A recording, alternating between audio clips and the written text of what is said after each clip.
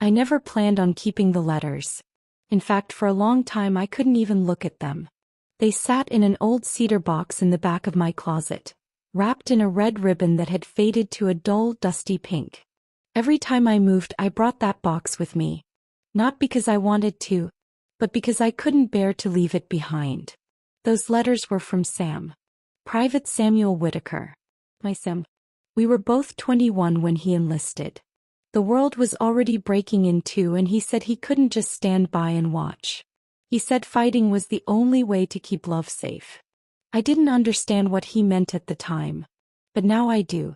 The first letter came in early April 1943.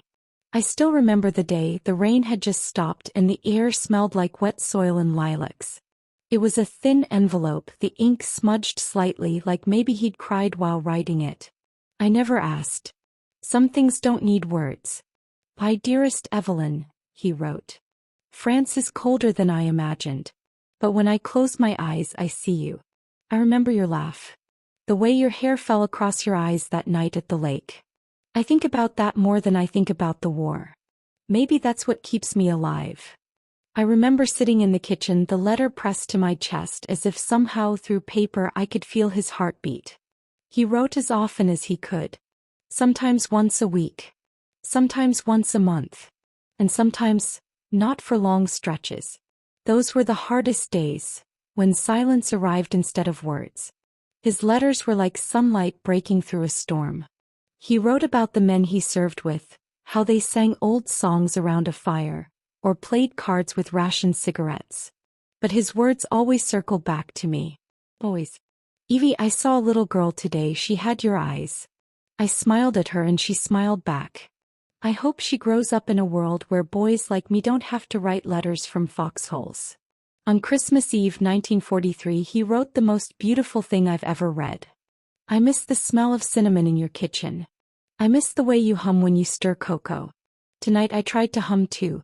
The boys thought I was crazy, but I didn't care. For a few seconds I wasn't here. I was there. With you. I baked that night just for the memory of him. I lit a candle by the window. I prayed he'd see its light somehow." Then in June of 1944 the letters stopped.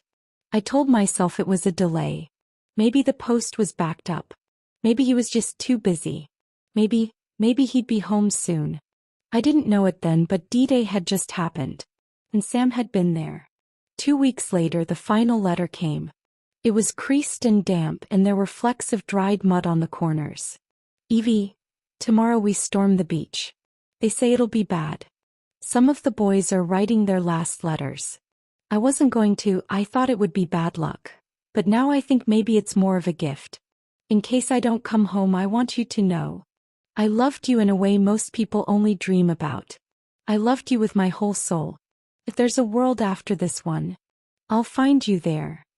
He signed it with a shaky Sam. Nothing else. No date. No promise this time. He never came back. They said he died on the beach, shot in the chest before his boots even hit dry sand. I tried to picture him smiling, holding that letter tight in his hands. I hoped it gave him peace. Or at least, a little warmth. I kept living. It wasn't heroic or graceful. Just surviving. I worked. I laughed sometimes. But I never loved again. How could I? Sam was it for me. He still is. Now I'm older. The world has changed.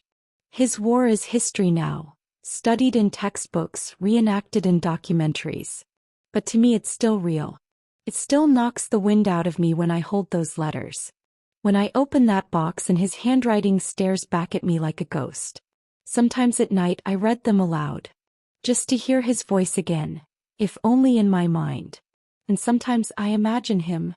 Not in uniform. But in that shirt he loved. The one with the ink stain on the collar, smiling at me from across the garden saying, "You waited for me." And I whisper, "I always would have." Some love stories don't get the ending they deserve. Some don't get an ending at all. They just linger. In paper and ink. In the pauses between words. In the heart of someone who remembers. So if you ever find a love like that, hold on to it. Write the letters. Say the words. even if war is raging around you, because sometimes all that's left of love is a letter waiting to be read.